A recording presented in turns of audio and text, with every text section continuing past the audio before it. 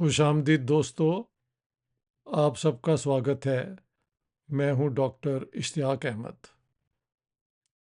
मैंने पिछले दिनों एक बड़ी इंटरेस्टिंग इंटरव्यू सुना जो बरखा दत्त, एक मशहूर इंडियन जर्नलिस्ट हैं, उन्होंने एक राइटर हैं सचिन नंदा, जिन्होंने आरएसएस के जो फाउंडर हैं हेगेवाड़, उनकी बायोग्राफी लिखी है और उनका जो फलसफा है उसको पेश किया है। उसमें आशीष नंदा जी की जो पोजीशन है वो है कि कांग्रेस और ये बाकी इस किस्म के जो महात्मा गांधी, जवाहरलाल नेहरू, सुभाष चंद्र बोस, ये सब स्टेट को पहले कैप्चर करना चाहते थे, यानी हासिल करना चाहते थे पावर ओवर द स्टेट, और उसके बाद वो अपना जो रिफॉर्म या जो भी पॉलिटिकल प्रोग्राम था वो इम्प्लीमेंट करना चाहते थे। जबकि जो हैं ये आरएसएस के फाउंडर, इनकी अप्रोच थी कि पहले कल्चरल यूनिटी हिंदुओं की हो और उसके बाद अगला कदम उठाया जाए। तो ये जो उन्होंने डिस्टिंक्शन की between state oriented nationalism and community oriented nationalism based on culture, I think इसकी बुनियाद पे थोड़ी सी मैं वजाहत यानी एलेबोरेशन करना चाहता हूँ। सबसे पहले, व्हाट इज़ नेशनलिज्म? इसकी जब तक डेफिनेशन नहीं होगी तो कंसेप्चुअल क्लैरिटी आपके पास नहीं होगी। मैंने इसके ऊपर बड़ी एक्सटेंसिव डिस्कशन की है अपनी इस किताब में। ये देखें,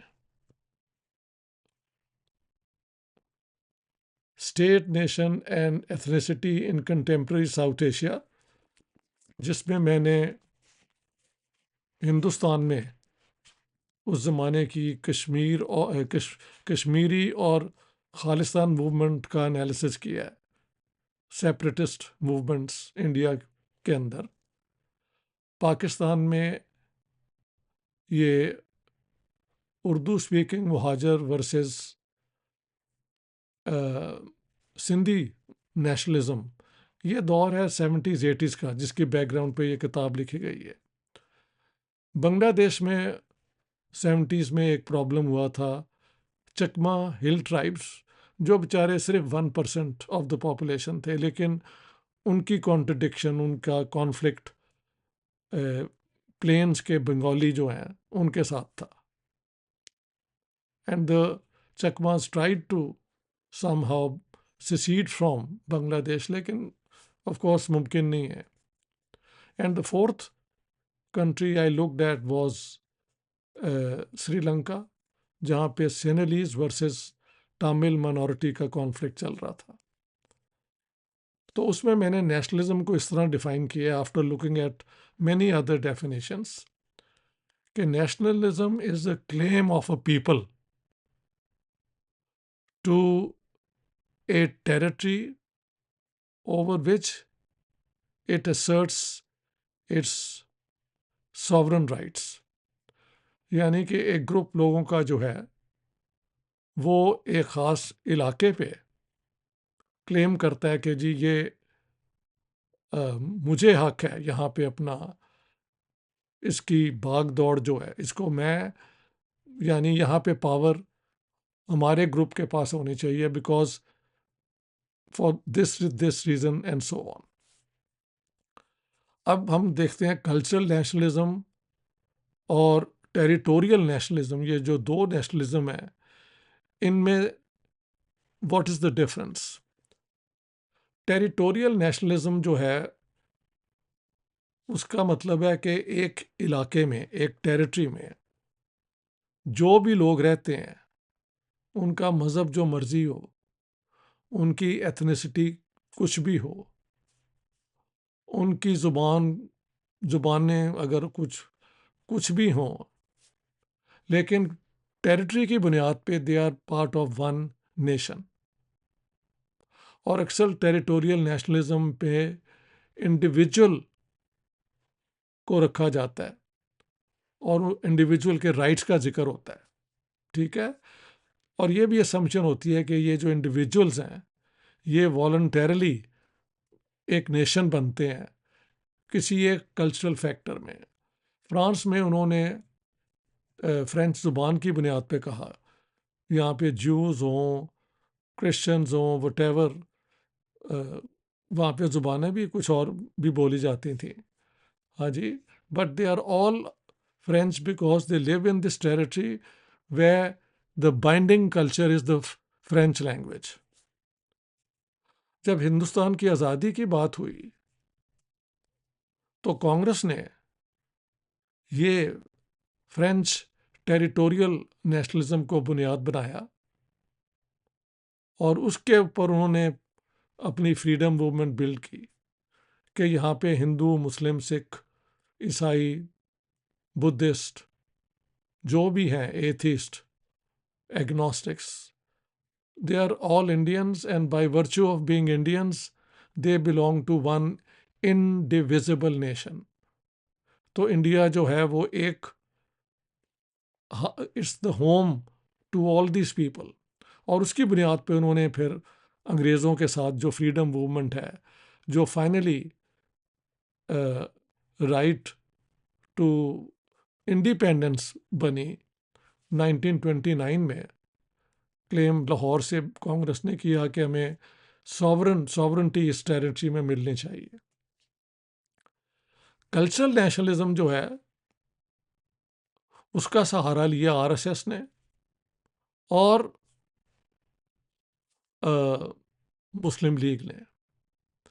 आरएसएस की कल्चरल नेशनलिज्म जो है वो तो साइडलाइन हो गई। जैसे मैंने एक पिछले को अपना वीडियो में बताया था, 1937 के इलेक्शन में 1500 से ज़्यादा जो जनरल सीट्स थी उनमें से सिर्फ 3 मिली हिंदू महासभा को। आरएसएस जो है वो ये कल्चरल यूनिटी और इस पे बिल्कुल बात करती है। और ये भी सचिन नंदा ने कहा कि ये जो फाउंडर थे आरएसएस के, वो मुसलमानों के ख़िलाफ़ नहीं थे, लेकिन वो चाहते थे कि मुसलमान जो हैं हिंदुस्तान को अपना प्रायोरिटी नंबर 1 अपना घर माने, which I think is the way I understand RSS. मैं जब गया था इंडिया तो उनसे मिला भी, and this is the point of view and it makes a lot of sense.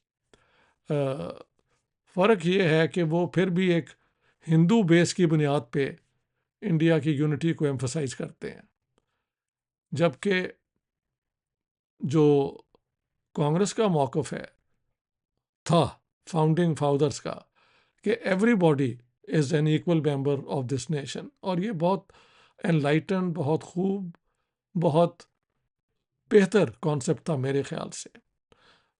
But I am not sitting in value judgment. मैं कह रहा हूँ कि territorial nationalism means all those who live on a territory belong to one nation. ये था मौक़िफ़ इसका Indian national Congress का। मुस्लिम लीग ने और मोहम्मद अली जिन्ना ने कहा कि नहीं, हम बाकी लोगों के साथ एक नेशन नहीं बनते, बल्कि हिंदुओं और मुसलमानों में तो कोई भी चीज़ कॉमन नहीं है, इसलिए मुसलमानों को जहाँ वो मेजॉरिटी में है उनको अलग मुल्क दिया जाए। To cut a very long story short, फैसला हिंदुस्तान की तकदीर का तो अंग्रेज़ों ने करना था। जैसे मैंने बहुत एविडेंस दिया और लोग इससे भी भागते हैं, आई डोंट नो व्हाई। वैसे वो बड़ा ऑथर उथर बनते हैं, but they don't understand when there is evidence you can't deny its authenticity. वो मैंने मिलिट्री के मेमोरेंडम और वो सारा मटेरियल दे दिया है। वो यही था कि आप पाकिस्तान बनाएं।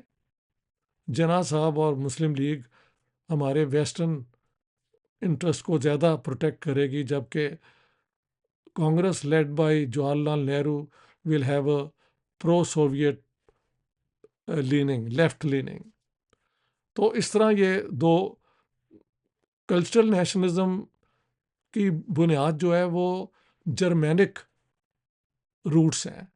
जिस तरह टेरिटोरियल नेशनलिज्म फ्रांस से डिराइव की जाती है।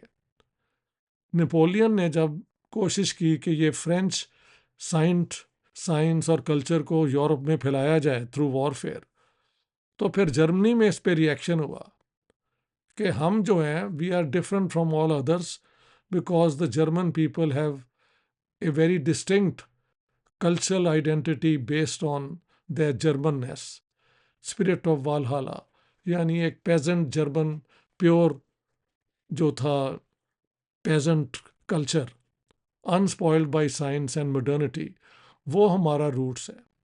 वहाँ से इस किस्म की नेशनलिज्म में जाहिर है anybody who spoke German was not necessarily a member। वहाँ पे एक ख़ास इंटेलेक्चुअल क्लास, बल्कि पढ़े लिखे लोग खासे लार्ज नंबर्स में जूस भी थे who wrote and were part of German culture, लेकिन according to this idea of Germanness they were not part of it, they were not part of it. एक minute, they were not part of it. So Muslim League ने cultural nationalism को बुनियाद बनाया और finally Pakistan came into being. अब बात यह है कि सचिन नंदा ने जो कहा है कि कल्चरल नेशनलिज्म इज़ कि आप नेशन को तैयार करें, कल्चरली उनको यूनाइट करें, और कांग्रेस जो है वो चाहती थी स्टेट के ज़रिए रिफॉर्म लाया जाए। तो I think there is a need to emphasize कि अगर आप कल्चरली एक कौम को तैयार भी कर लें, हिंदुओं को, तो जब तक वो स्टेट पावर उनके पास ना हो तो उनकी सॉवरेंटी और उनका जो right to have sovereign authority over that territory तो पूरी नहीं ना हो सकती। So cultural nationalism also is about capturing the state, maybe not directly, but by first preparing people to get to the state। और फाइनली बीजेपी ने उसी cultural nationalism की बुनियाद पे फिर इलेक्शन जीते भी हैं, ख़ास तौर पे अंडर नरेंद्र मोदी जी 2014 और 2019 का इलेक्शन, और फिर 2000 ये 24 का इलेक्शन वो हिंदू जो है वोट बैंक उसको बुनियाद बना के इलेक्शन जीता गया। ये मैं मानने को तैयार हूँ कि बीजेपी की जो इकोनॉमिक डेवलपमेंट हुई है उसकी बुनियाद भी वैसे मनमोहन सिंह के रिफॉर्म्स से शुरू होती हैं। और लेकिन ठीक है, मैंने खुद भी जाके इंडिया को देखा है, ये इतने लॉन्ग जो रूल रहा है बीजेपी का उसके अंदर बहुत डेवलपमेंट हुई है, इंफ्रास्ट्रक्चर बहुत इम्प्रूव हुआ है, but that doesn't really makes a difference. Cultural nationalism is के एक ख़ास कल्चर हिंदू मज़हब का एक सुपीरियर राइट है इंडिया पे एज कम्पेयर टू अदर्स। मसलन आप देखें यूपी के जो हैं चीफ मिनिस्टर, उन्होंने कहा कि Taj Mahal is not a symbol, हमारा सिंबल नहीं हो सकता हिंदुस्तान का कल्चरल सिंबल। यहाँ पे सिंबल जो होगा वो राम मंदिर हो सकता है। तो कल्चरल नेशनलिज्म में ये फ़र्क है। Where as in territorial nationalism Ram Mandir भी उसका कल्चरल सिंबल है, because India is a plural society, multi religious, multi ethnic and multi linguistic. So this is how I think ये डिस्टिंक्शन जो है ना, बेसिकली ठीक है अप्रोच की बात है, लेकिन ऑल नेशनलिज्म्स एम के एक ख़ास नेशन जो है inclusive like the Congress one, या कि जो आरएसएस का मॉडल है और जो बीजेपी भी फॉलो करती है, कि यहाँ पे ठीक है बाकियों के राइट्स भी हम मानते हैं, लेकिन ओरिजिनल राइट्स जो हैं वो यहाँ के हिंदू नेशन के हैं. So I thought one must add that, क्योंकि as a political scientist I am always looking at कि टेरिटोरियल नेशनलिज्म क्या है, नेशनलिज्म क्या होती है, और कल्चरल नेशनलिज्म क्या होती है. They are all about the right to have power over territory for a nation. Congress की डेफिनेशन थी everybody who lives in India. Muslim League की थी no, only Muslims are a nation, and जहाँ वो मेजॉरिटी पे है वहाँ उनको राइट मिले, सॉवरन राइट. तो इसलिए इंडिया की पार्टीशन हुई. हिंदू महासभा का था कि ये हिंदुस्तान में हिंदुओं की सुप्रेमेसी होगी, बाकी जो वहाँ पे रहेंगे वो इस सुप्रेमेसी को मानना पड़ेगा. और आरएसएस ने अप्रोच किया इसको बाई हिंदू यूनिटी की बात करते हुए. Very interesting. ये जो फाउंडर हैं, मेहर if I announce his name correctly, हेगेवार्ड, and I apologise if I am mispronouncing it, वो भी जो कल्चरल नेशनलिज्म की बात करते हैं वो बेसिकली वही है कि हिंदुओं के राइट्स सुपीरियर हैं. ठीक है, कहा गया कि उन्होंने कहा कि वो इस्लाम के ख़िलाफ़ नहीं है, Sachin Nanda says, and when I was there the RSS conveyed the same, कि भी यहाँ पे जो मुसलमान रहते हैं वो हिंदुस्तान को अपना घर समझें, बजाय कि कभी इधर रुख करते हैं कभी उधर रुख. And honestly I think that is correct. But I think the Congress also expected कि मुसलमान भी इसी का हिस्सा है. वो तो मुस्लिम लीग ने इसकी पार्टीशन करवाई और अंग्रेज़ों ने उनकी इस बात को माना. तो I think this is how we should look at what is nationalism, what is territorial nationalism, and what is its opposite, cultural nationalism. Ultimately, all nationalism is about the right of a nation, the way you define it, to have power and authority over a territory. So, thank you very much. दोस्तों, once again, please, मैं आपके लिए ये सारी जो मेहनत करता हूँ, आप मुझे रिटर्न इस तरह कीजिए कि जब ये वीडियो आप देखें तो राइट हैंड के नीचे एक वो लिखा हुआ है सब्सक्राइब, उसे कहते हैं बेल आइकन, उसको आप दबाएं तो you subscribe to my channel. और आपकी सब्सक्रिप्शन से फिर मेरी जो आउटरीच है ना उतनी ज़्यादा बढ़ जाती है. Subscription is totally free. You only have to press that button, and I think जिनके पास जीमेल है वो तो ऑटोमेटिकली उसके बाद सब्सक्राइब कर देते हैं. बाकियों का भी शायद इस तरह ही होगा. So thank you very much my friends, all the best.